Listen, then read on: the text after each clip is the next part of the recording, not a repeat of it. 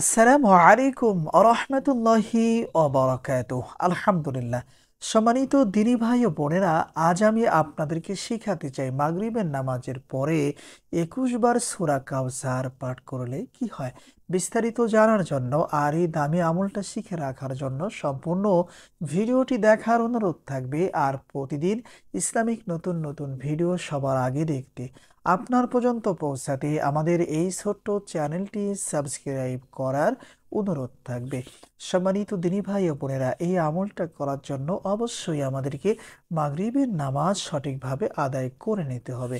এরপরে জায়নামাজের পাটিতে বসা অবস্থায় সর্বপ্রথম ৩ বার যে কোনো ইস্তিগফার পাঠ করতে হবে, যেমন আস্তাগফিরুল্লাহ, আস্তাগফিরুল্লাহ, আস্তাগফিরুল্লাহ।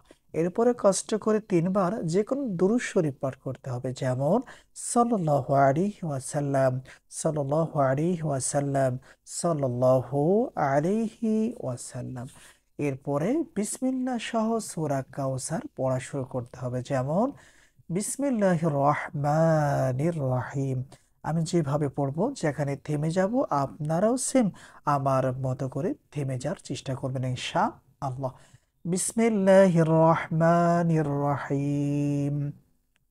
ইন্না আ'তাইনাকাল কাউসার ফাসাল্লি লিরাব্বিকা ওয়ানহার ইন্না শানিআকা হুয়াল আবতার।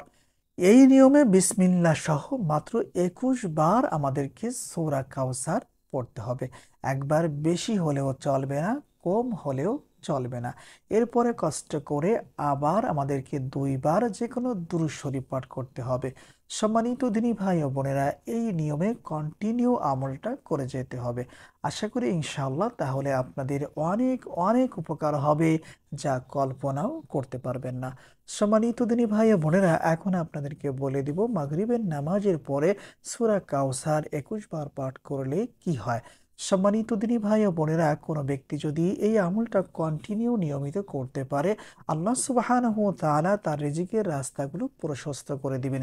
রিজিকের মধ্যে অগণিত রহমত বরকত দান করবেন, যা সে কল্পনাও করতে পারবে না। এজন্য পরামর্শ থাকবে, আমরা সকলে চেষ্টা করব মাগরিবের নামাজের পরে সূরা কাউসারের এই আমলটা করার জন্য। আল্লাহ সুবহানাহু ওয়া তাআলা আমাদের সবাইকেই আমল করার তৌফিক দান করুন। সকলেই বলি আমিন। আসসালামু আলাইকুম ওয়া রাহমাতুল্লাহ।